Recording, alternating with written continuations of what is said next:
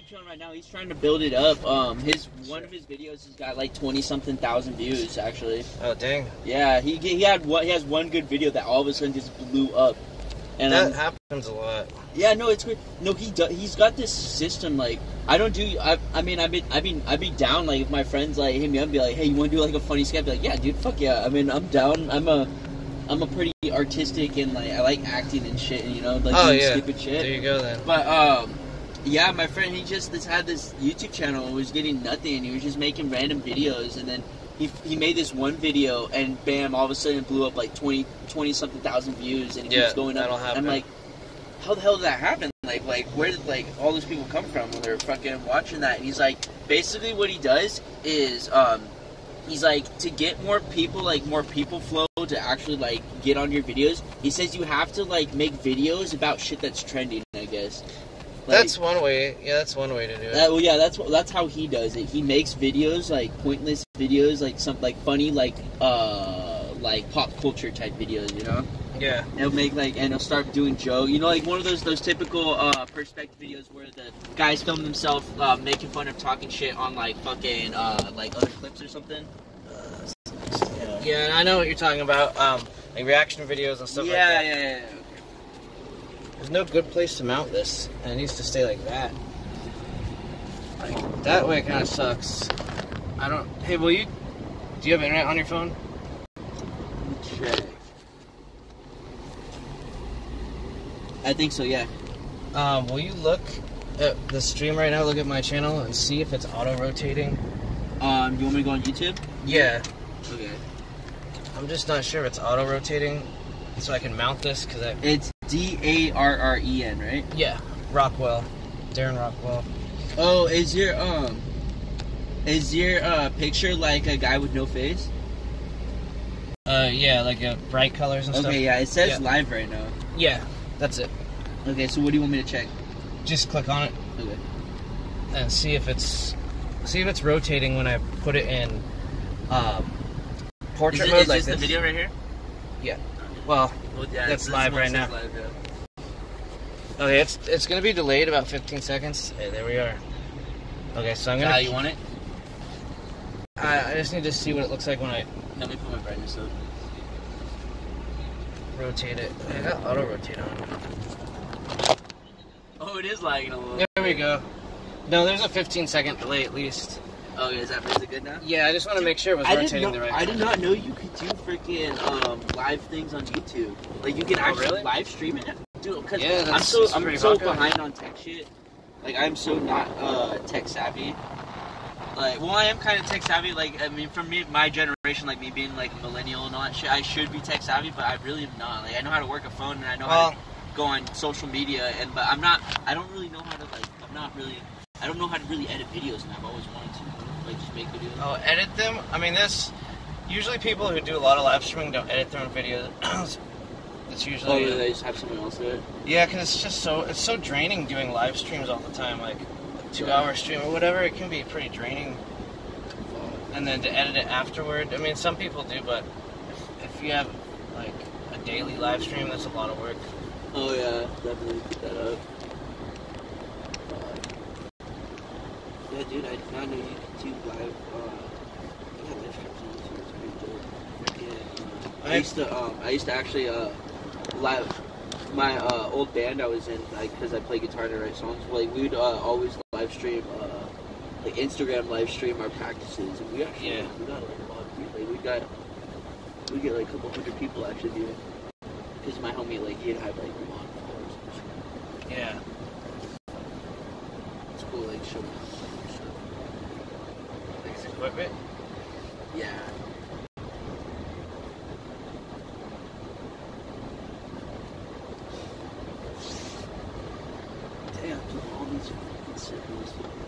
Huh. I told my dad,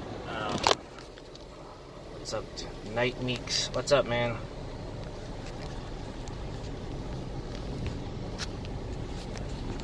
I told my dad, like, to not watch my YouTube videos just because it's kind of awkward, like, especially when I'm live streaming, like, I don't know, like, I'm going to talk about things that I wouldn't normally say in front of my parents, so knowing that my dad's watching was kind of weird, so I asked him not to subscribe or whatever. And then I saw the next day it said that he subscribed to my channel. I don't catch you. Yeah. It was pretty frustrating. There's stuff I cannot say in front of my parents. It doesn't matter how old I get. There's just like stuff I can't talk about with them. You know? Yeah, I mean it should be like that. Your relationship with your parents is different than a friend or whatever. So yeah. But how old are you? I'm 18. Okay, so your relationship with your parents is probably not that different yet, but once you move out, or like 24, 25, it should be more of an adult relationship. Yeah. No, honestly, I've always kept it like, with my dad it's different. It's full on adult relationship, you know. He's like one of those conservative, stern fathers, you know. Yeah. And then with my mom, it's different, you know. We still have like a close relationship and everything. But obviously, I think that's all gonna change because right now, me and my girl, we're actually trying to get a place right now. We're moving to freaking.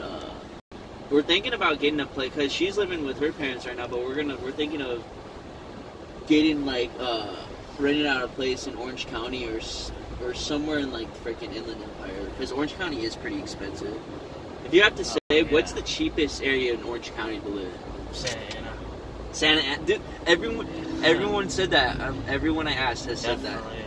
You know, there's some good places in Huntington Beach that are cheap. Is that like the most ghetto, Santa Ana? Well, not necessarily. I don't think. I mean, Orange County is pretty nice compared to most places anyways. That's really hard to say what place is the most ghetto. But, I mean, Santa Ana has a lot of Mexicans that just don't have that much money. A lot of gang violence or whatever? Yeah. And, I mean, Anaheim has some gang violence too, but I don't know much about where exactly that would be, like what's possible or whatever, but... Yeah, I was thinking Anaheim. I like Yorba Linda though. It's really nice right? It's so out of the way though. It's so in the middle of nowhere kind of. It is. It's against Chino Hills and it's the easternmost city, so there's nothing in those two directions. Yeah. Okay, if anything, we're trapped by these trucks. If anything, we were thinking about renting out a place in Fullerton or something. I mean, wherever you can afford at this point, it's gonna. I want to stay in Orange County just because. Sure. It is expensive, but I like the area in Orange. It's close to LA, and I like LA a lot. Yeah, same. And I love growing up in San Diego. I love being from San Diego and everything. But it's just I hate living in the Inland Empire. The Inland Empire sucks. Yeah, I lived in Redlands for a little while. Oh, you did? Yeah. It seems like there's a lot, like on paper, it sounds like a lot better place than when you actually live there. Oh, yeah. No, it does. No, the Inland Empire, it sounds a lot nicer than it actually is. Like, luckily, like, I mean, where I live right now, like, where we're going, Marietta and Temecula, that part is the really, really, really nice part, actually, of the Inland Empire. Those are, like Marietta got voted, like, one of the top cities to live in the U.S., actually, like, safest cities and nicest. I didn't know that. Yeah, it was weird. I didn't know that either until I just found that out. I was like, what? I'm just not used to it. It's too suburban for me. It's too suburban. Like, you're gonna see, like, when we get into this freaking town, it's literally all just subdivisions, like, really nice neighborhoods, not a real town area or city. So it's super planned. It was a planned community. Yeah, just super... start out nice, usually. Yeah, super freaking big, long neighborhoods in the middle of nowhere, you know? And, like... Yeah, there's just not enough to do, you know? I wouldn't like being retired that's where you'd want to live if you're retired. Yeah, true. You want it super quiet. You don't care if there's a nightclub. But being like in your early 20s, late teens, or just, being still being an adult and having a lifestyle of wanting to go out and not having a different lifestyle, it's just not the place for me. I'm used to beach lifestyle, like city life, life, especially like growing up in Ocean View. Sure. And Oceanside too. I'm used to things I like always because I'll always I'm a skater too. I'm sponsored for skateboarding, so I'll go skate a lot with friends. We'll go skate all around different cities and stuff, especially in Oceanside too. When we go, I used to go out and skate there every day. going skating right by the beach, you'd always see something happening every single day. Not like whether if it was sketch or not, or like some weird stuff. Yeah. You'd always be entertained by like something would always be happening. Yeah, there's people always want to go to the beach. Like there's always going to be people there and something happening. Who are you sponsored by? There's I'm sponsored by this one company called Just Skateboards. It's a company out of San Diego. They just started up, but it's a board company. And for a little while, when there was this shoe company called Circa. I'm familiar. Yeah, I was flowed by them like a while ago before they went out of business. But right now, just Skateboards. And I'm putting out another video. I'm putting out a video part, like a skate part, to send into other like companies and stuff. I used to skate. I'm coming back from a torn ACL right now. Oh shit. Yeah. I've already had three different surgeries on my right knee for a torn ACL and torn meniscus. Yeah, it happened. It happened from skating. Like I was doing a tray flip, a trick down a stair set. Yeah. And I hit a crack on the bottom of the stairs, and all that impact on the crack pushed me forward, and I just snapped my ACL and everything. I had to go to the hospital. Were you just like screaming in pain? Oh yeah. Well, it was weird. Okay, no, at first. When I first like actually snapped it, it felt hot. Like I didn't feel it. Like I didn't feel the pain, but I could totally feel something. Like I could feel the cord, like the ACL. I could feel something rip in my knee. I felt something rip. I didn't feel the pain at first. I felt a rip, and then I couldn't get up, but I couldn't feel pain. It was like numb, and then all of a sudden it got really hot. Like my leg and knee got really fucking like just started feeling this burning sensation, and then like a couple minutes later, then it all hit me. After the adrenaline like subsided, I was screaming, dude. I had to get carried out. I was like, I bet. Yeah, dude. What the doctors told me too is the doctors told me that an ACL, like ripping your whole ACL, is like one of the most. They said it's one of the most painful surgeries to come out of though too. Oh shit. Yeah. So I was like, it was so bad. Like when I got out of the hospital in full cast and everything. Yeah. It was just. It felt like freaking. Didn't matter how many painkillers or how much weed I smoked. Like, it just fucking, like, I would feel like repeatedly getting stabbed by freaking sharp-ass, like, rusty-ass knives on my freaking knee. It probably felt warm because, like, the increased blood flow. Yeah, that's what I was thinking, too. It was like, it felt warm. And, yeah, that happened twice from skating. So, I'm recently coming back from that, like, I just got out of my like cast and everything, so I've just I just got out of my crutches and everything, so I've just been like taking. Oh wait, how recently? Like a month ago actually. Actually like 6 weeks. 6 weeks ago, I've been starting to walk out of it. No skateboarding yet? Oh hell no. I usually have my board in the back actually. Yeah. No, I'll always bring my board. Sometimes the opportunity just comes up like. You'll I was see in Long Beach and I saw a skate park and I didn't have my board. I was like, damn it, that would be so much fun right now, but I need to put it back in there. Yeah. Oh, Long Beach, that's a haven for skateboarding. Yeah, I do a lot of Uber rides to Long Beach. For some reason, people go back and forth from Huntington Beach to Long Beach a lot. Oh, Huntington for sure. Did you take any people during the US Open? Yeah. So yeah. I was down there a lot trying to get in on the high rates and everything, so yeah. Yeah, I bet that was hectic. No, it was. I was there, actually. I was in Huntington Beach for this last it was like the other weekend or whatever, the weekend before last. Yeah. Yeah, I was out there for the U.S. Open. It was so crazy. Like, everyone was packed. There was a brawl happened, like, right during the, like, by the pier, like, by the mini mall. You know where that mini mall is? Yeah. Yeah, a huge brawl between all these drunk guys, like, just started happening. And I was like, dude, this is crazy. Like, it was literally shoulder to shoulder packed on the freaking, like, the whole freaking. Biggest surf tournament in the world. Yeah, it's gonna get crazy. Yeah, and they had the whole bowl for skating and stuff too. Yeah, it was crazy. No, people from all over were like, I met people from France that flew out from France, from freaking Germany, from fucking. Is this car stop? Oh, sorry.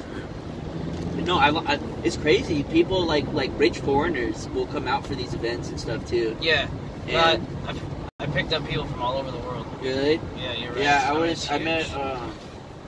And there's other stuff besides surfing too during the Open. Like there was some skate stuff and competitions. I talked to one of the guys who was like, man, just worn the fuck out. Oh, he wasn't really into it?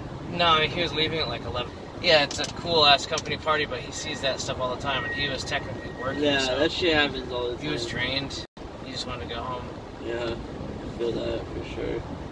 It was I met people from France, England, Germany. I met some Aussies too from Australia. Yeah, Australians are cool. Yeah, no, I love dude, Aussies. Australians are crazy. Yeah. Have you heard of the rave festival EDC? Yeah. Yeah, okay. I went to the last one in Los Angeles. Oh, you did? The one Yeah. in 2010? Before they shut it down? Was that gnarly or what? Yeah, dude, it was... Everyone was running through the fences. It was so fences. big that it was the LA Sports Arena and the Coliseum connected. It was so big, They banned it forever. Dude, that one was out of control. Yeah, that was the last year. Los Angeles was pissed, too, because people kept dying. Oh, yeah, that's right. People are dying, friggin' dehydrated. That's the one thing, is dehydration. And then I guess if they take some bad drugs, like some weird, really bad drugs. Yeah, you don't know what you're getting or whatever. Yeah, dehydration was an issue, and I believe at this last one, it was one of the first times they started giving out free water. Oh, really? Because, oh, my gosh. I mean, you're paying that so saved me much. last year, too. I went to EDC last year, too. Okay. And freaking I actually had a fake ID, and I actually got in. Huh, it was awesome. Yeah, it was so dope. And we partied, like, it was crazy. We had a nice ass suite, and we booked a suite at the Flamingo. Yeah, I've been at the Flamingo many times. Yeah, it was wild. We went to a bunch of pool parties and after parties, but it was just crazy there because, like, as soon as we got in, it was just nuts though. Every you could look every stage, like, because it's basically just a huge theme park for like freaking raving adults. It is. And like everywhere I would look, I would see either someone in a freaking medical tent, someone having to get brought back to life, or like I met like a bunch of awesome, like, cool people. Like I met a bunch of foreigners too. I met a bunch of cool people from like Brazil and then Australia. Like a lot of people that flew overseas, and I partied with them and like we had a good time. But I was seeing a lot of crazy stuff. I had a guy. I was dancing with this girl I met at one of the stages, and we had this guy, like, he was tripping out on something. Like, he took like some bad drugs. Like, it was like some weird laced stuff. He took like some bad acid or something. And I was dancing with this girl, and then he comes over, looks at me, and he runs over and tries to bear hug me and tackle me to the freaking ground. At the joke? No, I don't know. No, not as a. He was being serious. He was tripping out of his mind. He started booking it towards me, runs towards me, tries bear hugging me, tries tackling me to the ground, but I was able to hold on to the ground, like stand, but he was bear hugging me and trying to like throw me on the ground. I'm like, dude, what are you doing? And he looks into my eyes. His eyes are as freaking fat as saucers, like his freaking pupils. And so he was high as hell. Yeah, and he looks over at me and he's bear hugging me and he's trying to throw me to the ground, and I'm like, dude, get off of me. What are you doing, dude? And he's like, he looks over at me and in all seriousness, he's like, help me, mom. No, he starts saying, what the fuck? No, he starts saying, help me, mommy. Starts saying, help me, mommy. And just looks in my eyes and just starts yelling, help me, mommy. Help me, mommy. That's freaky. Help me, mommy. I'm like, holy shit. I didn't even know what to do. I was going crazy. I was like, dude, I'm not your mom, man. For sure. And like, not only that though, freaking like 30 seconds later, after he's holding on to me, shaking me frantically, saying, help me, mommy, three cops come over and they were chasing after him, and he starts booking it again, and I saw the cops freaking, one of them tackled him and the other tased his ass. No fucking way. Yeah, no, this shit all happened right in front of me after this guy fucking started shaking me and like trying to hug me. That's scary, dude. I know. I've never done any drugs at a rave. Like, I've only drank, so I guess doing drugs makes it a lot crazier, but it depends. To each their own. Like, I've gone sober, and then I've gone like drunk and smoked a little weed, and then I took some acid and then shrooms at a few other events. Yeah. But psychedelic, like, that shit is, I don't know. I like drinking at events. I like drinking. Yeah, same. Because it's more of a social thing for me. Drinking, it hypes me up, you know. It hypes me up, and then freaking, I don't know, when I take psychedelics in public, like, and there's so many people around me, like, I don't know if you've ever tried that before, but it's... I took a small dose of mushrooms at an indoor festival kind of thing. It had kind of EDC vibe. Okay. It was like psytrance, Oh, Psytrance. So it was everyone right was on. super into psychedelic stuff, and there was an art thing and stuff. It was cool, but I took a dope. small dose of Was mushrooms. this recently or was this a while ago? 2 years ago. Okay. Where was this at? This was in Los Angeles. It was indoors, but it was a big area. It was either at the Avalon or this was at a place I'd never heard of. It was badass. It was an indoor place, but it was huge. Oh, and it was really? mint. It wasn't like a hotel lobby rented out. Like this place was mint. Not like for the NOS. It festivals. wasn't called the NOS Center. I'm familiar with it, but I don't believe that was it Huh. because I had never heard of it before. Yeah. And you go inside, and it's like curved, kind of like a church, and there was like this mural of like That's awesome. on the top. Yeah, it was pretty cool, but I don't like doing psychedelics with a lot of people around in public. Like, Oh it's more no, of a that's what I was saying. small-time I was going to ask you what your how you felt about that because I did that too. Like at the last EDC, I took acid, mushrooms, and I think I took a little bit of ecstasy or Molly. But that was like okay. That was fun to be around other people because I was just vibing off here. But the acid mushrooms, I like doing that in a closed setting. Like, I like doing that with people I know and I've tripped before, or like if I'm camping. Right. But it was weird at EDC. Like when I was tripping, I took like a lot actually, and I was getting so many like crazy geometrical visuals and stuff. And everything was just like kept popping out at me, and I was losing my friends, and like everyone kept on being like, I kept seeing someone, like I'd see a friend like 5 feet away from me, and then all of a sudden he'd be like 50 feet away from me, and it just kept changing. Like it was, and it's just like, and it was too. Another thing is, it was too loud. Yeah, it was too loud. Like especially on acid, I could hear everyone's conversations. I could hear people screaming. Yeah. It just totally distorted my hearing. I've done mushrooms and DMT, but I've never done acid. Oh, so DMT. I don't know what the big difference between. I like acid. It's pretty much like mushrooms. Like it has a different body height. Mushrooms kind of feels like more like body. Like mushrooms kind of feels like more like soft. Like, I don't know. It feels more relaxed. Like mushrooms, you'll feel like a really good, awesome, happy body high, and acid you do the same. But on acid, you kind of feel like you're melting, but in a good sensation. So it's really physical. Yeah, it's pretty physical. Okay. It's really visual, but it's pretty. Yeah, you get a nice body high too. Yeah, I like that about mushrooms. You feel like the tingling sensation go down the back of your neck when it first starts kicking in and stuff. And I always get such a kick-ass body high on them. Yeah. I just like doing them in closed settings. Like same with me. Psychedelics, I have to watch myself. You know, especially being in public, I have to be with people I trust, or else I'll wander off. I just don't like being in environments where I'm like, you can't control everything, but at a festival you can't control anything. Yeah. Like the music, whatever. Like sometimes I just want it dead quiet for a little bit. Yeah. You can't do that at a festival. Yeah. I wouldn't like that. Sometimes I just want to like sit down for a second. Right. I've never been able to take psychedelics and go like in a forest, just completely. Oh, I've been nature. that a few times, especially up in San Francisco. I've never tried DMT. I've never tried DMT before. I've been trying. Peyote's like it's a stronger form of mescaline, and basically, it's really big in Native American culture.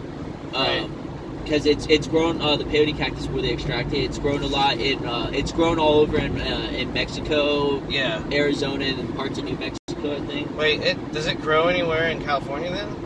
Not the peyote cactus. Okay, no. That's what I thought. Yeah, but there's San Pedro cactuses grow in California. Actually, like they grow a lot in Southern California. San Pedro's, which is another cactus you can get mescaline, but like less potent form of mescaline. So what do you just eat the cactus? No, you gotta cut the cactus. It's like it's a whole process. You gotta you have to actually cut the cactus, bring it back with you, boil the toxins out, like boil like get the needles out, boil the toxins out, and you have to like boil water and boil the cactus in water, and you make like a juice out of it, a drinkable juice, and that's what all the alkaloids get stuck in, and that's what you end up drinking. Okay. I heard it tastes pretty bad, though. Oh, yeah. It tastes bad. Yeah. Luckily, like, the mescaline tastes bad, but peyote, it's the same concentrated juice. It's just you can take a lot less of it and still get really, really tripped out. Like, I took one tiny drop from a vial on my tongue. Like, it was just only a tiny drop, like, sort of what you would do with acid out of a vial. Yeah. Yeah, with peyote, I took one tiny drop out of a vial, and I was it was a very fun trip. I was able to sleep on it too because it lasted for a while. It lasted for like 2 days. Oh shit! Yeah, 2 days. That's too much for me. Yeah, it lasted for 2 days where it was the best body high I've ever gotten though. Like it was such a good body high, and all my visuals, I was getting a lot of fractal and geometrical shapes, but it was really like I was able to control it, and I was able to see on acid and shrooms. I can't fall asleep; it keeps me up until I come down. But with peyote, it was weird. Like I'd still be tripping and still be high, but I was able to fall asleep on it. And when I would fall asleep, I would be lucid dreaming. I'd be having these crazy awesome. like lucid dreams, and like you trip when you sleep. Like I was able to control everything in my dream. I was able to make anything appear, do anything I wanted. That's crazy, right? Like, and I was able to know that I am dreaming, but I'm tripping in my dream. It was just weird. I feel like if you've done psychedelics, it gives you the ability to control your dreams better. Like even later in life, like when you're not on psychedelics. It's so weird. If you have a good reaction from them too, it makes your mind stronger. It does. Like you just get like I feel like I feel a lot stronger in my mind just from like knowing how much it's handled through trips before. Right. And I've gotten out of. I used to get these really bad. I used to be manic depressive where I'd get really huge bad fits of depression randomly out of nowhere, you know? Yeah. I just started getting depressed and stuff, and just like, every time that would happen, I would take it would either be an acid or a mushroom trip, and then sometimes peyote. I haven't done that as much, but after my trip, I've learned everything that was wrong. Like, I would understand that I'm just like overthinking shit in life, you know? Okay. And it'll always put me back to like that crazy level mind of thinking. Yeah, I've been meaning to do psychedelics. I have a friend who's been like offering to give me some. I think is he gonna get you mushrooms or acid? I think he just has DMT right now. Which that's awesome. But I want a mushroom trip. I want like a longer trip. How's DMT though? Is that crazy or what?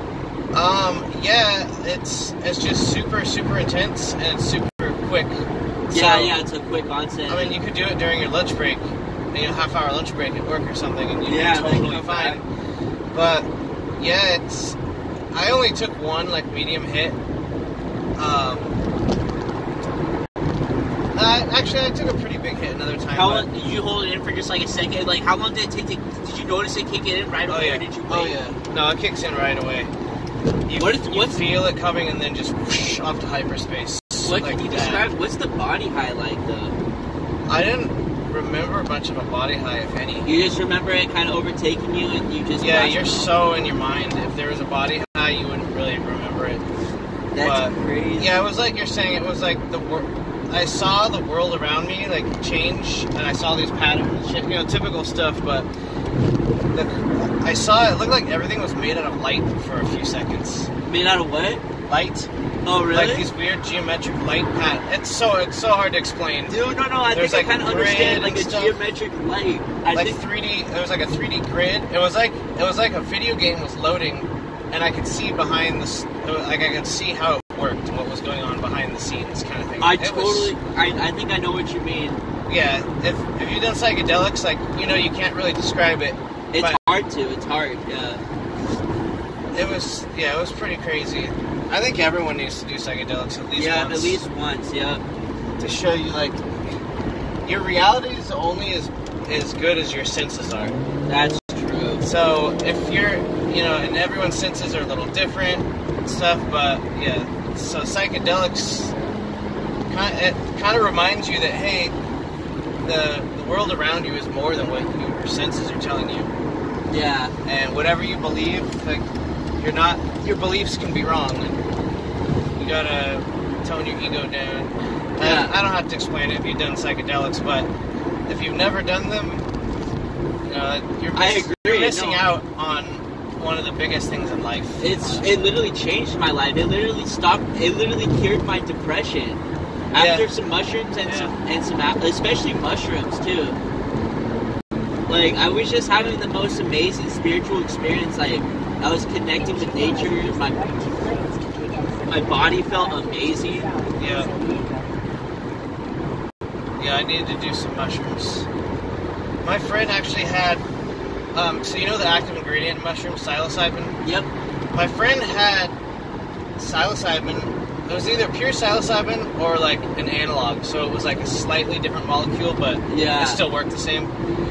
He had it in like pure crystal or like powder form. No, my friend had that too. Okay, that makes sense. Was it in like a tube? Yeah. Oh, my friend had that too. He had some. He had some. It was liquid psilocybin or whatever. So he had a vat. Yeah, it was. It's like that's what they call it. It's crystalline, liquid crystalline, freaking psilocybin. I need to see if he still has some, because I really need to do some. I need that spiritual like awakening. I need my ass kicked, my ego kicked. Yeah, I can tell. I freaking not too long. I did. What is it that I did? I did acid and shrooms not too long ago. Actually, I did at the same time. No, well, I've done it at the same time before, but no, not at the same time. I spread it out. I did shrooms like 3 weeks ago at my girlfriend's house, where you just picked me up from. Yeah. Her friend brought over like fucking an ounce of mushrooms, and we all split them up, made a tea out of it. And apparently, if you make a mushroom tea, and you brew it right. It makes it twice as potent. Like the psilocybin gets twice as potent once you brew it and stuff. Sure. And so I drank the tea, and the tea was all in a cup, and it was all brewed in the psilocybin juice, and all the soggy mushrooms were still in the tea, but it just made it. I let it sit for a half day, and then I drank the whole cup. Oh my gosh, dude, it hit me quick too, but it was so potent. I've never had a trip like that vivid before. Yeah. Well, did it last longer? Or shorter? Yeah. That's why it lasted. It lasted longer. Oh damn. I ate about 2.5 eighths. Like I drank about 2.5 eighths, which is actually a lot for me, because usually I only do like an eighth. That is a lot. That's more than I've ever done. Yeah. I'll usually like if they're good shrooms, I can eat a half eighth and I'll feel good. Sometimes. Right. Yeah. I've done that before too. Like some of them are different potency. There's different strains that are more potent, you know. And some of them feel. I don't know if it's just the setting or my mind, but some of them have pretty different trips. Like. Yeah. No. Every trip I've had. There's so many factors. I know. You know, I think now that I think about it, every trip I've had has been significantly different than the other. Like, it just depends on where you're at in life and like where your mind is. Definitely. You're gonna have a different trip based on that. Yeah. Me too. It's been every trip I've had has been significantly different than the last. You know. No, but I think having like a deep psychedelic experience that's like super spiritual, I think that's just as important in life as it is. Some of the deepest things. It would be like if you're 80 years old and you told someone you never experienced sex. That would be pretty sad. Like that would be like, you know, you'd really feel like you're missing out on a lot of life. Yeah. Well, that's how I feel about psychedelics. Like if you know you're on your deathbed and telling someone I never tried any psychedelics, I'd be like, fuck, let's get you some right now. Like, you don't want to go through life never experiencing that. Oh, I know. That's crazy. So, and yeah, that it's slowly becoming like legal to study it medically. Yeah, like definitely much like psilocybin is. Yeah, like it's illegal to even study it. Like if you're a doctor in a controlled room and you just want to study the effects, it's illegal to do that. But not with like other, like you could study the effects of heroin if you wanted to. Yeah. But for some reason, psychedelics are super, super illegal to even study. It's because it made the people think. It made people think for themselves and not dumb them down, you know? Yeah, they definitely don't want that. I agree though too. I think every person should at least have some sort of psychedelic trip just to see where they're at in their mind, like see what they can learn. Yeah. Have you ever heard of Ibogaine? Have you ever had a what? Heard of Ibogaine? Oh, Ibogaine? Oh yeah, the thing that can cure an addiction or something? Yeah. Yeah, I've heard I guess it actually fixes like repairs like proteins in your brain and makes your reward system go back to normal after addiction or whatever. Oh, that's awesome. My friend did it. Me too. I met one person only in my life that's experienced Ibogaine. And he said I met him in Venice Beach, and he was one. Figures. Yeah, I met him in Venice Beach, and he was one of those like freaking those bucket drummer performers. Okay. You know those people that play the bucket drums or whatever. Yeah. And it was just it was weird, dude. Like, I just walked, and he's the only person I've ever met that's done ibogaine. And I was actually on my skateboard. I was with some friends, and we skated by, and then we saw him like jamming out. And we're like, hell yeah! Like, we gave him like had a hat out, and we gave him like a couple dollars or whatever. Yeah. And all of a sudden, he stops and just looks over at me, and he's like, "Have you been struggling with anything lately?" Oh, shit. And he's like, he knew I've done psychedelics, but I've never had like a drug addiction. But he could tell that I've experienced psychedelics, and he was like, "So what's your story, dude?" And I just told him, I'm like, yeah, told him about like when I first tried psychedelics and everything, because he just looked like this crazy hippie, and then he's like, he said he used to be a gnarly and he's like, yeah, dude, I used to be a gnarly heroin addict and crazy alcoholic, like he drank like fucking 3 bottles a day. Of hard liquor? Yep, of hard liquor. Jesus. Is that gnarly or what? Yeah. After one day of drinking, I'm done for a while. I'm done. I don't know how people can binge. I've binge drank before. Like I binge drank for EDC. Like I drank all 3 nights or like twice or no. Sure. And then for for the week straight, I was drinking at pool parties and then other after parties. And I've been drank before where I've been like, multiple parties, you don't want to feel left out, Yeah. If there's alcohol, you might as well be social, right? Sure. But I've never like gone out of my way to buy more alcohol. Go home. Because when I drink, I get I'll drink and then the next morning, it depends. I'll get a hangover. If the key, I've learned this key. I'll drink. The key for me is to drink either a Powerade or a Gatorade. After a night of, after I'm done drinking, I'm about to pass out. I'll pound like a Powerade or I'll pound a Gatorade. Okay. And every time I've done that, I've woken up feeling great, like $1,000,000. Woke up feeling great, like I hadn't even drank the night before. What? Yeah. Woke up feeling like I hadn't even drank the night before. No headache, no dry mouth, no just just feeling gross and like alcohol sweated out. I'll feel fine and I hadn't even drank. And you know why? It's a lot of the reason why you get hangovers is because if you go to pass out after you're done drinking, don't drink like enough water or something with electrolytes. Yeah. You're so dehydrated. You're so dehydrated from the whole night of drinking that you sleep and then you wake up dehydrated, which dehydration causes the hangover, the headache, the everything, And I've learned that Powerade actually has like 4 different electrolytes that replenishes your system. It's really good. Like after a sport or a workout or a night of drinking, Powerade's actually really good. Okay. Yeah, it has like 4 different electrolytes. Every time I've done that, woke up good as new. But every time I haven't done that, oh my gosh, dude! Like I'll wake up and I'll be like, okay, yeah, I'm not drinking for like another fucking month. Yeah, I haven't had a hangover that bad. Jesus, for maybe over 5 years. Oh, really? That long? Yeah, I just limit myself a lot. Yeah. If I'm drinking, I guess, but that or I'll eat a huge ass meal. Oh, that helps a lot too. Yeah. But I just, in general, I just don't drink as much. Like, even at a crazy party, I'll still get pretty drunk, but I won't drink.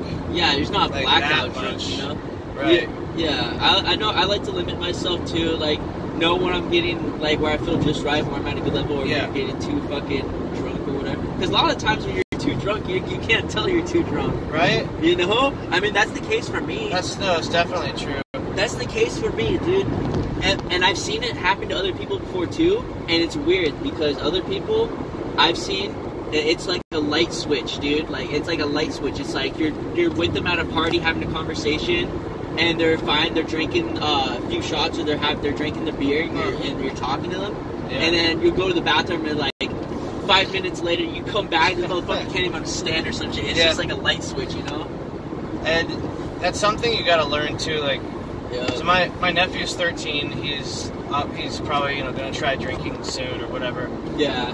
Yeah, so, I first tried when I was 14 or 15 when I first tried it. Yeah, and, I mean he's growing up in Lakewood. I don't know if you know where that is. Oh yeah, So I mean the crowd that's around there, he's definitely gonna be trying drinking within the next few years. So I want to tell him certain things instead of him hiding it or whatever. Hey, when you drink, wait a little bit before you have your next drink, because sometimes it'll hit you 10, 15 minutes later. And you're way drunker than you even wanted to, even when you're trying not to get that drunk. Yeah, it just happens out of nowhere, So you gotta wait sometimes a while before. I do, yeah. It'll hit you, but then sometimes it digests more, and then it hits you again.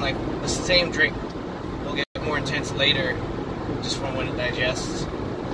Yeah, for sure. It's just like, that's happened to me too. Like, I can never tell when I'm too late. I can tell when I'm, obviously when you're buzzed, you can tell when you're not too drunk, when you're just like, okay, I'm just like buzzing. But yeah, that's happened to me a few times where it's just like, I think I'm like completely sober, or like I'm barely even buzzed, but like you don't seem that drunk, but like to other people it's just like, it's crazy. Yeah. I won't hear my slur. I'll notice that on myself really quick. I won't really notice my slur if it's like freaking. Yeah, it's just it's funny though. I've seen some crazy drunken episodes before though. Really, like what? I've seen some crazy shit, dude. Heard some crazy, like. Okay, let me give you an example. Let's see. Okay, I'm at a party. I'm at a party, and this guy that we just met him, like me and my girlfriends. We're kind of kicking it. He was pretty cool. We were kicking it with him, and then like he was fine. We were having a conversation. He didn't seem that drunk. He was buzzed. And then like 15 minutes later, I'm like, like filling the party around. I'm going around shit, and then I come back and I see him again. And then this time he's got his shirt buttoned all wrong and shit. And he's trying to. I literally walked in this fool. He had his shirt buttoned all wrong. And he fucking went up, tried to make out with this one chick, got slapped by the chick, and the guy that was with her, after she slapped him, went and punched him right after. Oh, and shit. he fell in the back of a fucking pool. Oh, shit. Someone fished him out, though. But damn. I've had, some crazy shit. People will go, some people are bad drinkers, Right. A lot of people are bad drinkers. Some people will go ballistic. I've been at crazy crazy fight brawls where freaking weapons have been out and shit. It's like just random shady shit. Those happen like in San Diego sometimes though. Yeah. And you gotta watch out for it, You gotta watch out for it. Alcohol is just a crazy thing because, a person when someone's blacked out, they literally can't control what they're doing, anything can happen, That's crazy. I don't understand how people, like some people can still walk and talk and shit when they're blacked out. Yeah. How does that happen? I've seen people break bottles over people's heads and shit, thinking they were someone else when they really weren't that person. Yeah, when people get violent on alcohol, that's kind of scary. It's pretty bad. Anything. I've seen people freak out and literally made the biggest, craziest scenes over nothing. Yeah. Like, they'll freak out on their girlfriend or boyfriend or a group of friends and start a crazy argument and fight and just be like, this is, we're done, dude. This friendship is done. And they'll end a friendship over like the stupidest, like pettiest shit. Yeah. I've seen kind of stuff like that. Usually, any like crazy drunk stuff I've seen, which, like I said, I'm not like that big of a drinker at all. Yeah. But it's mostly been people just getting lost or like wandering to weird places. Oh, yeah. Violent. Yes, yeah, being lost, yeah. One of my friends gets super drunk, and he can just keep going. He's a pretty big guy, but he's not that huge, but man, you can't keep up with him. He just keeps going, and he reaches this point where it's like, I feel like he kind of blacked out, but not all the way, and he's like still awake though, like, it's like a zombie. Oh, a zombie state? Yeah, like, he'll keep going, like, he can't drink until he passes out. He'll just never pass out. He'll just wander and find new places to go to. Yeah. I went on like a 24-hour drinking binge with him, which I don't know how the hell he convinced me to do that. I'll never do that again. But you end up doing stupid shit. Like, I remember we were walking through this park, just trying to get somewhere. Like, I had a car and shit, but I was drunk.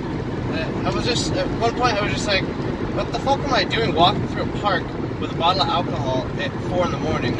Like, I know, how right? did I get here? What is going on? For real. You'll go on crazy ass adventures randomly at night. I mean, it's fun looking back at it now, but I'm glad, like, I'm lucky no cops caught us or whatever. Oh, really? The cops actually got you? No, I'm lucky they didn't catch us. Oh, they didn't? Yeah. They didn't see us, because I was in Yorba Linda when I did this 24-hour drinking thing, and people will call the cops on you for anything. Oh, yeah, because Is Yorba Linda, is it considered like an upscale kind of nice community? Oh, yeah. Is it? Yeah. It's, for 1 year, it had the second highest median household income in the United States. Really? Yeah. In the United States? Yep. What? They don't allow apartments to be built there. Yeah, I was gonna say, dude, I haven't seen any apartment complexes, dude. Yeah, so they really, I guess if you want to say they do a good job, if it's good, or for keeping people out that don't make a lot of money. It's just crazy though, because you know how Yorba Linda is like right next to Anaheim? Yeah.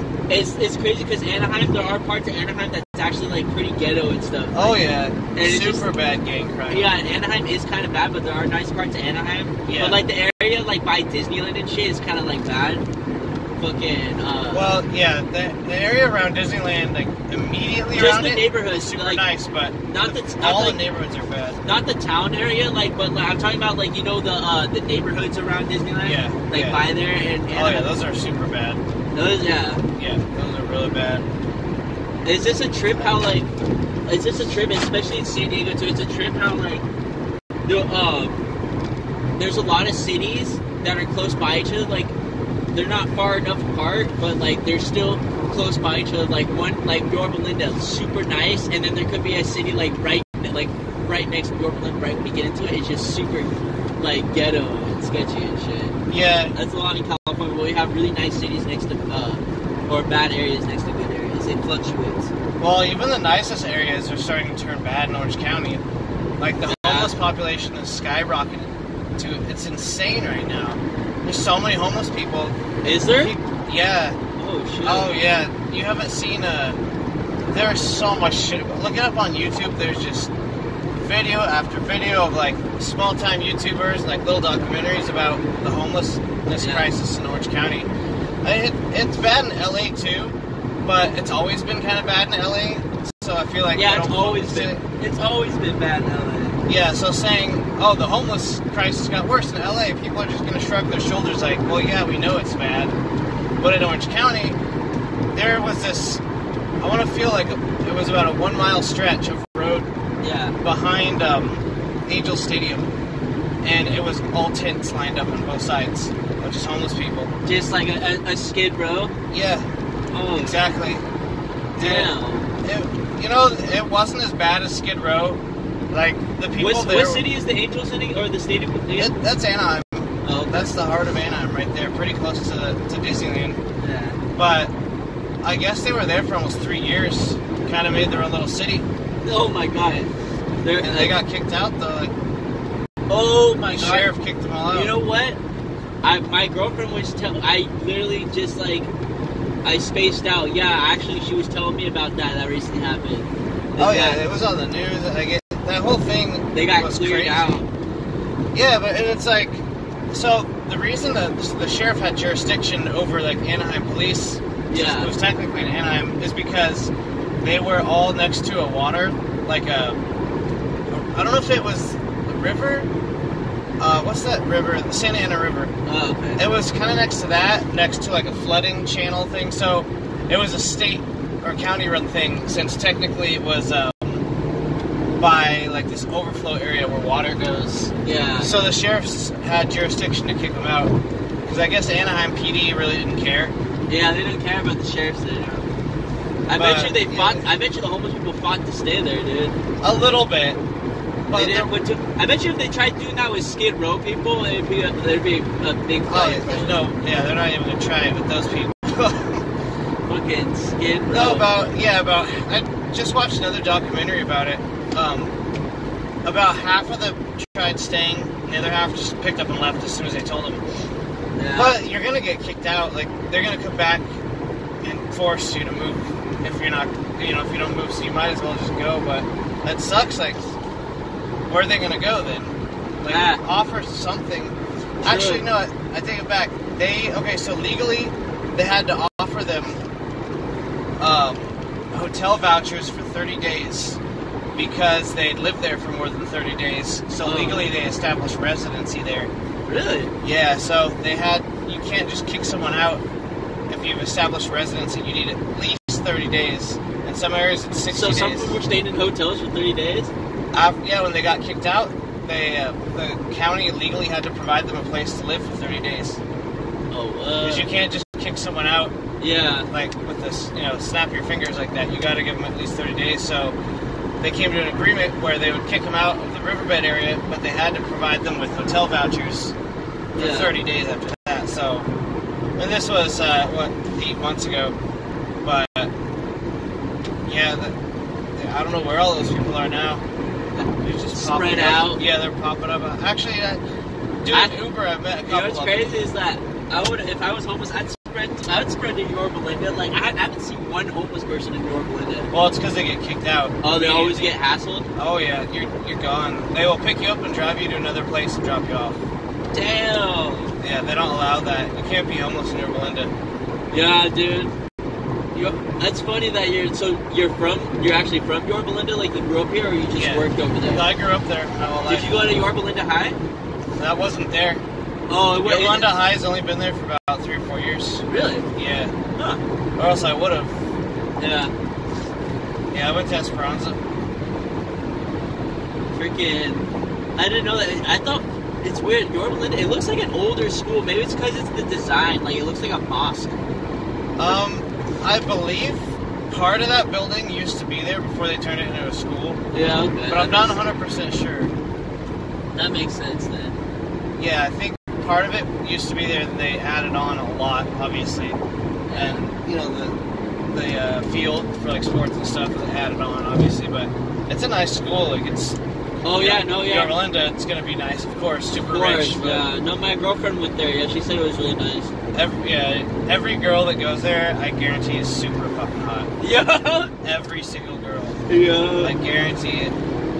I know, it's crazy. And it's in Orange County, of course, dude. Yeah. I love the women here, dude. I love the women here. It's weird because everyone who comes here from out of state, especially if they're from the Midwest, the first thing they'll say is they cannot fucking believe how many hot girls are here. Really? Where people are from, mostly. That's true. Out in the Midwest, it's You get a lot of those crazy country girls. Those freaking. I mean, there'll be hot girls in other. No, there'll be hot girls everywhere. It just seems the more prevalent in like California, SoCal area, I guess. Yeah, like there'll be hot girls in other parts of the state, or whatever, but there won't be just girl after girl that's like a 9 girl after girl after girl after girl that's just like super hot. Like a 9 or a 10, just one right after another. Right? I would have loved going to Yorba Linda High. I would have been so down for that. I mean, if you go to the In-N-Out off La Palma and In-N-Out's, that's notorious for high school after hangouts or like after party meetup spots. Yeah. After a night of drinking, just a huge burger and fries from In-N-Out is amazing. Oh, hell yeah, dude. That's my go-to. That's a spiritual experience. My go-to is a nice, good, hearty, meaty meal after drinking. I don't care how bad it is. I need a huge burger, just the greasiest burger.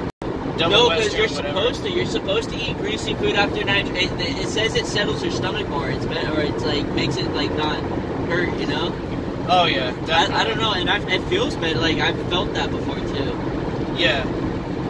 You need all the carbs and everything for everything. All the calories you probably burned doing stupid shit last night. Oh yeah. I remember. Speaking of like burning calories, I watched this documentary about people walking from the edge to the center of the South Pole and back. What? It's a crazy. Yeah.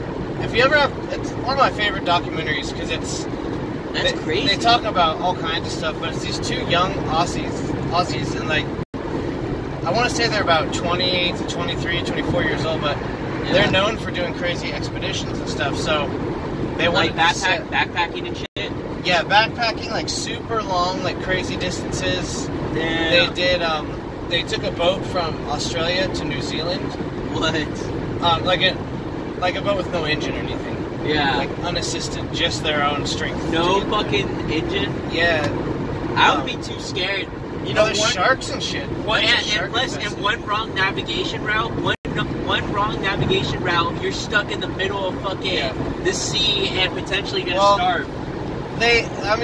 That wouldn't happen because they told people, and it was on the news and stuff, and they had people watching. Oh, what location they'd be at? Yeah, so they had people watching and making sure they were safe. Yeah, no, some occasions, like, I actually just recently finished I was reading a couple articles about people lost at sea that have never been found. Oh, yeah. You know, people, you know, fishing trips, kayaking trips, you know, whatever, just get lost at sea and they die out. Some of the trips, the people will, they won't tell anyone, though, just because they want to make it as authentic as possible. You right, know? right. A real, actual trip. So they won't tell anyone. And this actually happened. And, you know, a lot of times, you know, when you go out in the middle of the sea and you don't tell anyone, I mean, a lot of times, I mean, sometimes you're going to see a passing vessel, but a lot of times you're not, you know? It's just open sea. You know how much sea there is? There's just too much sea, too much ocean.